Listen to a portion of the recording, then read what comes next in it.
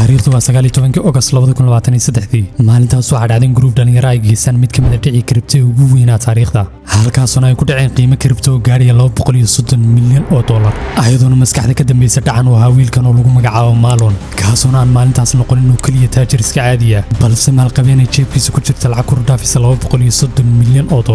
haddaba sidoo cunug 20 jir gamer u sameeyay dhici kripto ugu weyn waliba asagoo hab yaraatay wax khibrad ah kana lahayn isla markaasna adeegsanaya oo kaliya hal wicitaan halkaasoo ku noqday milyaneer bitcoin haddaba igula soo dhaw qisada waalida mid kamid ah dhici kripto ugu weyn taariikhda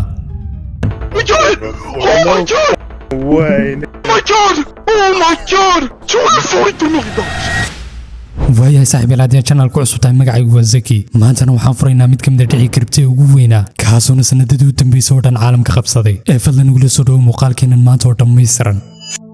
haddaba groupkan dhalinyarada ay dhacan geysay ayaa kala ahaa 20 jirka lagu magacaabo Malon Lam 18 jirka lagu magacaabo Virchatal 21 jirka lagu magacaabo Jendel Serrano iyo waliba laba kale oo ayaguna lagu kala magacaabay Dennis Khan iyo waliba Chen ayadona maskaxda groupkan waa ninka lagu magacaabay Malon kaasoo aslaan ka soo jeeday wadanka Singapore haddaba cunugan lagu magacaabo Malon ayaa mid shaqadiisa oo dhan bay sidoo iskaam u geysan lahaa asagoo horaantii mid iska yar samayn jiray sida inuu dhacday iyagu ciyaar gameka loo yaqaan Minecraft-ga asagoo dadaygu iskiibinaya akoon feega ilaa ugu dambeyntii uu soo wareegay caalamkan kriptaha halkaasoo bilaabay inuu barto sida uu shaqeysay waliba systemka kriptaha oo dhan iyo mid ugu muhiimsan oo sida ayaa loo dhacaa lacagtan kriptaha isla markaasna dadkan isticmaala kriptaha loo iskaam gareeyaa asagoo waxaas oo dhan ka baranay applicationada kala Reddit iyo waliba Discord waana meesha ku kulmi doona groupkiisan ugu dambeyntii la fulin doona keyskan dhaca sida yaadab groupkan dhalinyarada ayaa ku target gareysan maalqabeenaha oo dhashay Washington kaasoo ahaadeen bixiye milyaneer kripto ayadona ninkan ka dhici doona lacag bitcoin taasoo qiimaheedu gaadhaysay $230 milyan waxay yaadab laakiin su'aasha ayaa sidee ay dhacayntaas la ugu geysan doonaan dhalinyaradan ma waxay adeegsan doonaan khibrad hakin taasoo ay ku hakin gareynayaan ninkan mise waxaa jira qorshe kale kaasoo ay soo diyaarsadeen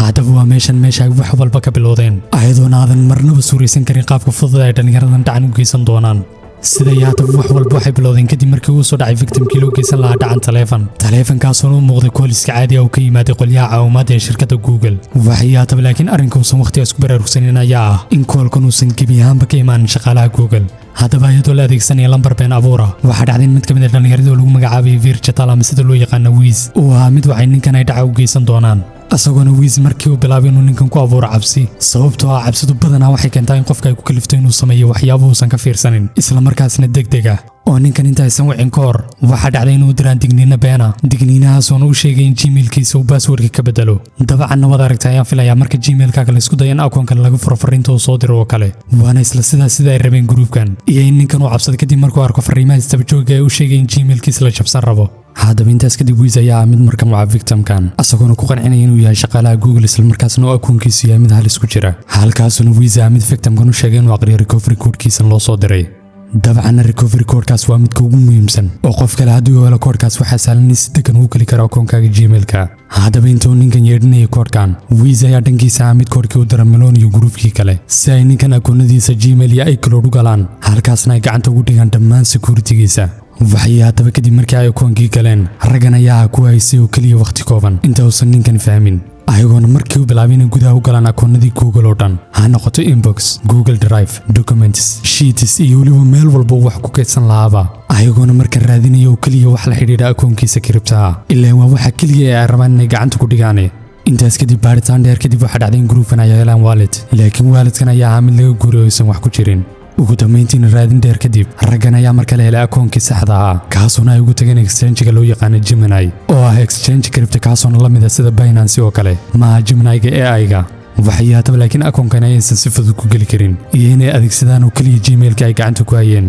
intaas kadib waxaa dhacday in markale ay soo wacaan ninkan ayadona uu soo wacay groupkii mid kamid oo lagu magacaabay Jendel ama Box sida lagu naanayso asagoo Box markan iska dhigay inuu kamid yahay shaqaalaha Gemini waa crypto exchange-ga uu isticmaalay victimka isla markaasna uu akoonka ku lahaayay halkaasoo markan victimka loo sheegay in akoonkiisu halis ku jiro maadaama Gmail-kiisa la soo weeraray sidaas darteedna la rabo in akoonkiisa uu si degdeg u galo sidaasna uu ku soo diray kaydkiisa 3 milyan ee kripto wallet-kiisa ku jirta waliba si badbaada dabcan victimkan ayaa mid isla sidaas lagu amray sameeya asagoona isla dabcan waa shaqaalihii dhabta ee Gemini kuwaasoo diyaar u ah inay ku caawiyaan intaasoo kaliya ma aysan ku ekaanin ayagoona markan victimku sheegay si akoonkiisa ay u ilaaliyaan inuu u baahan yahay inuu ku rakibto software security laakiin arrinka ayaa in softwarekaas waa remote desktop program kaasoo loo yaqaanay anydesk oo softwarekan ayaa mid access toos siinaya groupkan softwarekan uu awood u siinaya in groupkan ay si toos screenkiisa computerka u arkaan halkaasna ay ka xukumaan ayadona markan ay wax walba halkaas ku soo ilaadeen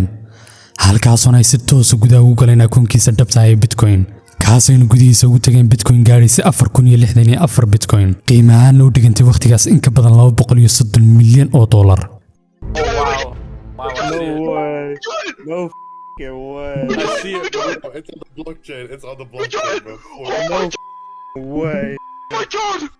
Oh my god! ayagona dhan kale inta waxaasoo dhan ay sameynayeen ahaa kuwa duuba dhammaan tallaabooyinka ay u marayeen dhacaan intaas kadib markii ay lacagtii oo dhan gacantooda ku hubsadeen weli waxay jirteen shaqadoodii aysan halkaas ku dhammaanin ayagona gudagala sidii ay u dhaqi lahaayeen islamarkaasna ay u yaryarayn lahaayeen lacagaan si ay u adkaato in la soo dabagala halkaasona ay marinayaan exchangeyo badan halka lacagtii Bitcoin tahayna ay ku bedelayaan lacagihii kale ee kriptaha ah sida Litecoin, Ethereum iyo weliba Monero ayadona shaqadan kala bedelida ay wadeen toddobaadadii xigay oo dhan si ay u adkaato in la soo dabagalo halka dhanka kalena ay muddadaas oo dhan qorsheynayeen si allaale sidii ay lacagtan intan lagu baashaari lahaayeen ayagona qorsheynaya qaab walba oo maskaxdaada ku soo dhaco oo lacag loo qarash gareeyo haba ugu darnaada ninkii lagu magacaabayo Melon kaasoo sidaan arki doono wax walba dhulka gelin doona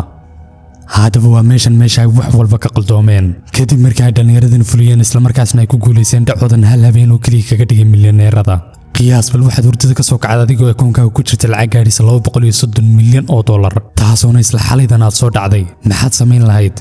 dabcan waa isqarin lahayd sidoo kale waxaad samayn lahayd si allaale sida lagaga dareemi lahayn in lacagtaas ay gacantaada ku jirto sababtoo ah waxa xaqiiqa in qofkii lahaa lacagtan uusan sidaas kaaga hadhin isla markaasna uu gadaashaada ku jiro laakiin dabcan Melon ayaan qofkaas ahayn ويا صاحبي انت انا غودن غلي قيبتا xigta fadlan aan ku xasuusin hadaad channelka cusubta channelka subscribe saarato si isla markaas ay ku soo gaaraan muuqaalada xiisaha badan aan ku soo gudbino channelka aan gudagalna muuqaalkeena asagoona markiiba ninkan bilaabeen lacagtii ugu baashaal sideenaysan bari jirno kale halka dhanka kalena uu bilaabeen wax walba ku soo boos gareeyo social media haddaba ninkan ayaa mid yimaada kalaabada ugu waaweyn ee Los Angeles halkaasoo halkii habeenba uu mid qarash gareeya lacag ku dhaafay 500,000 oo dollar waliba habeen walba asagoona mararka qaar ay dhacday inuu iibsado dhammaan kalaabka habeenkaas oo dhan halkaasoo uu si free ah ku bixinaya dhammaan cabitaanada kalaabka yaalo oo dhan mararka qaarna uu DJ-da kalaabkaas uu basiya cabitaana qiimahoodu ay ku dhaafayaan 60,000 oo dollar intaasoo keliya maaha ayadona dadka ninkan arkay ay sheegeen in daqiiqada yar ay la joogeen oo keliya uu qarash gareynaya lacag ku dhaafay 100,000 oo dollar kuwaasoo uu ku qarash gareynaya oo keliya cabitaano alkoolis ah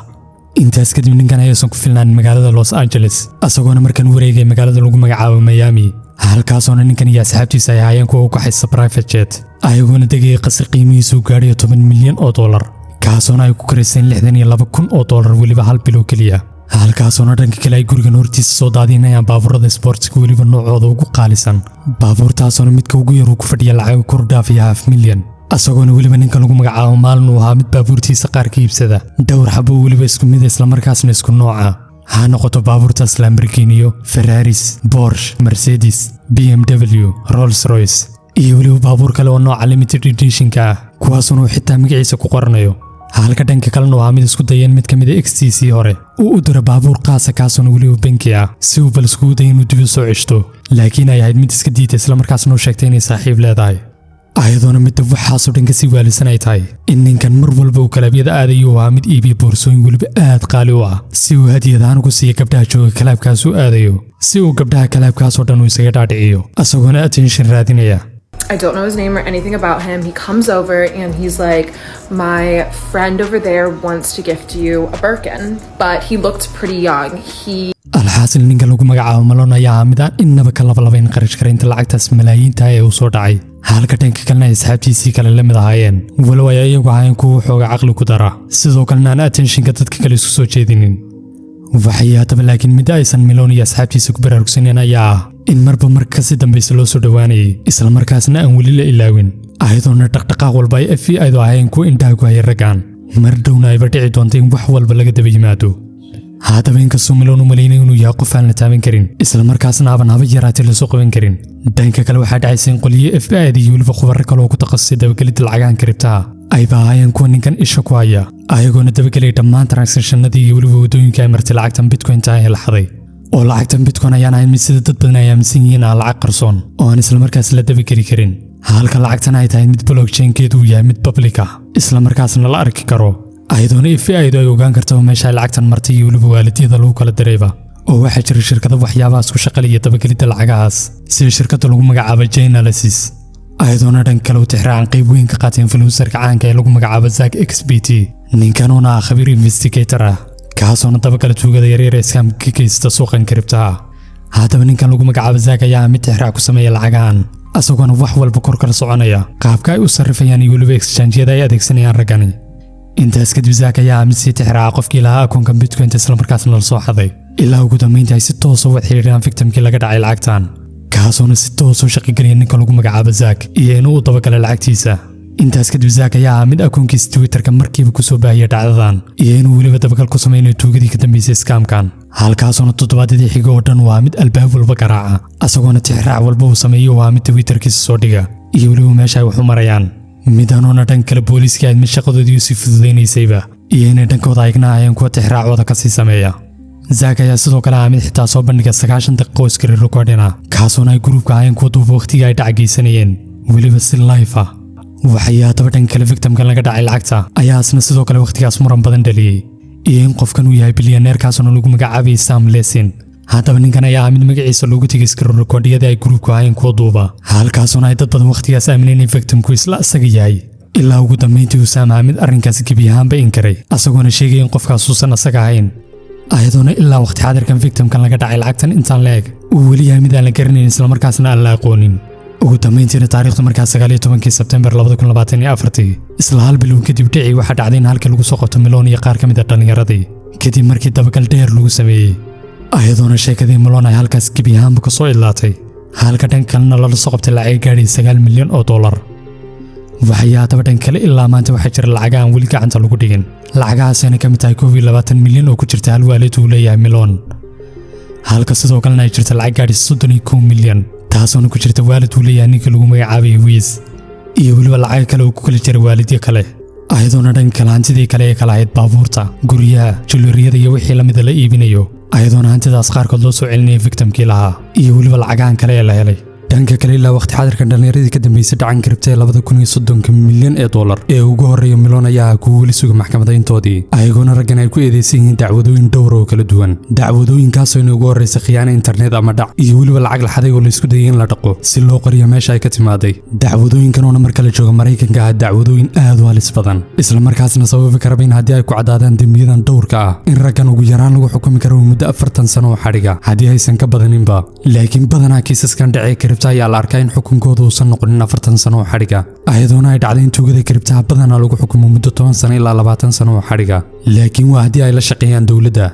ayadona si xukunkaas looga khafiifiyay ay ku xidhan tahay lacagta ay dhaceen iyo waliba inay qirtaan dambigooda haddaba waxaa sidaas oo kale sameeyay ninka lagu magacaabay Virjatal oo ku jira gruupkan asagona muujiyay inuu qirto wax walba isla markaasna uu ogolaaday inuu la shaqeeyo FBI-da halka dhanka kalena wax walba makhraati ka noqonayo asagona ku cadeynaya asxaabtiisa kale dacwadooyinka lagu soo eedeeyay dhaca kriptaan dabcan xukunkiisa ilaa hadda uu dhiman yahay sida si la mid ah Miloon kaasoo ilaa waqti xaadirkan diidan inuu haba yaraatay wax qirto asagona waqti xaadirkan ku xidhan mid ka mid ah xabsiyada dawladda ee ku yaala Virginia ugu dambeyntii hantida si dhaba gacanta loogu dhigay waqti xaadirkan ayaa gaadhaysay ku dhawaad 79 milyan oo kripto ah halka dhanka kale ay raacaan lacagahaas lacag cadaan ah iyo waliba hantidii kale ee baabuurta iyo guryaha isugu jirtay ayadona dhanka kale haba yaraatay meel lagu sheegin lacag kor u dhaafay ku dhawaad $10 milyan kuwaasoo la sheegay in ilaa waqti xaadirkan ay ku jiraan waalidiin aan weli la helin halka kiiskan uu ilaa maanta yahay mid socda oo aan xukunkiisa kama dambaysta la gaadhin waxay haddaba ugu dambeyntii Miloon iyo asxaabtiisa kale ee ka dambeysay dhacan kriptay gaadhay $230 milyan ayaan ahayn kuwa sida ay filanayeen wax ugu dhaceen ayadona isla muddo gaaban gudaheed barragan lagu soo afjaray halkaasoo natiijadooda ay noqotay mid ay ka shanlayaan cimrigooda inta ka dhiman haddaba adiga maxay kula tahay sidoo kale haddii muuqaalku cajab geli fadlan ay inaad ka wardanto muuqaalada kale xisaab badan ee channel ku jira adigoo ku dhufanay thumbnail shaashadkaaga muuqanaya halkaas ayaa noo balana